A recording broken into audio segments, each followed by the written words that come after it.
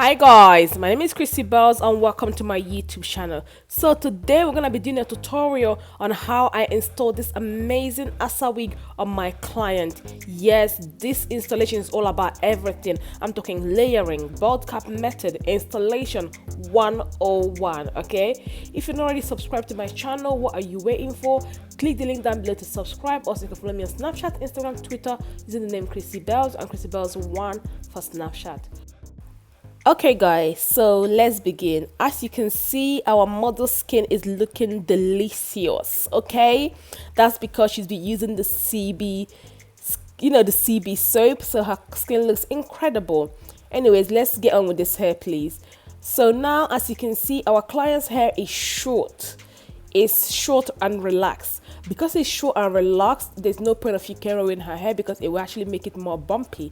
So to get that sexy, beautiful flat look, all I used was the Nairobi hair mousse and just literally wrapped her hair and set it for a good 20-30 minutes. After setting the hair, the next thing I'm gonna do is to actually use the bald cap method. This is the method that will actually make sure that her hair is slayed and it will also protect her, her baby hair and her edges. Guys, remember I have a full-on tutorial on how to do the bald cap method both on here on YouTube and on my e-learning for professionals and if you want to learn more. So I'm just gonna skip through it a little bit, okay? Now this is what it looks like after the bald cap method has been cut up and it's done. It looks like it's melted into her skin. Now, once that is done, the next thing we're going to do is to put the wig on. And then our client wanted to have a beautiful straight middle part. So you're going to see me try to part her hair. And also she wants this hair a little bit layered and all styled. So now, for me to part the hair, I'm going to use a towel comb to part the hair. And I'm also going to use the Nairobi hair mousse to also flatten it. Okay guys, so once that is done, I'm gonna go into the hair using the hot comb. This is the black hot comb, guys. Remember to use the CB10 to get you a cheeky 10% off, okay? All the edges and the middle part was achieved using the black hot comb. Now let's get into the layering, guys. I think when it comes to layering, you're gonna have to understand what you're doing. I have a new tutorials coming up soon on about styling and also how to make a wig with sewing machine, so look out for those. But when it comes to layering, it's all about angles, 45, 90 degrees and 45-degree angles. So you want to make sure you know what you're doing before you literally finish your hair. When it comes to layering, remember you're trying to add some body to the hair, not actually cut off the whole length of the hair. Trust me, I've done it before, so I've learned my lessons. Anyways, let's move on. As you can see, as I'm cutting the layers in, I'm gonna try and do some 90-degree angles and make sure that it's actually cutting off some of the edges to make sure it looks really layered and have some fluff in it, have some body to it. Okay, yes, some body yada. I'm joking.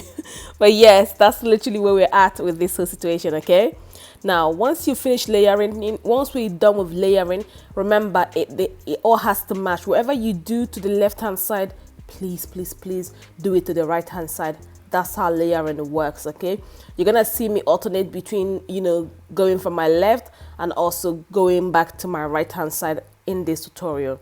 Now once this is done, you want to be able to put the wig on your on your client's head and go and get into cutting off her lace. And also let's get this installation on the row. When it comes to lace layering, I think it's actually better, especially when you're using a HD lace wig, to use a small scissors. Unless you're a professional, then you could use the blade, but if not, I think it's very good for you to use scissors because it works. As you can see, like I say it all the time, when the wig matches to her skin perfectly, you would not need a glue for that wig. But look at that, there's no glue there, and look at how it blends into her skin. Again, the wig is from Chrissy Bales. It's been bleached, plucked, and also tinted. Okay, now I'm gonna go in because she wants to wear this wig for like about 2-3 days. She's going out. I don't know where she's going because we are on lockdown in the UK, but she's going out. Now the next thing I'm going to use is to make sure that I use the bold hold glue to make sure it's melted to perfection. This is really, really important because you need to understand what you're doing and why you're doing it, okay? Once that is done, now I'm gonna literally put the wig back on her head, and then make sure that the glue is clear. If the glue is not clear, it will go white. Once the glue is clear, I'm gonna place the wig on my client's head and make sure that I stick it down so that the glue can be really, really rested. Once that is done, I'm gonna use our miracle CB edge layer.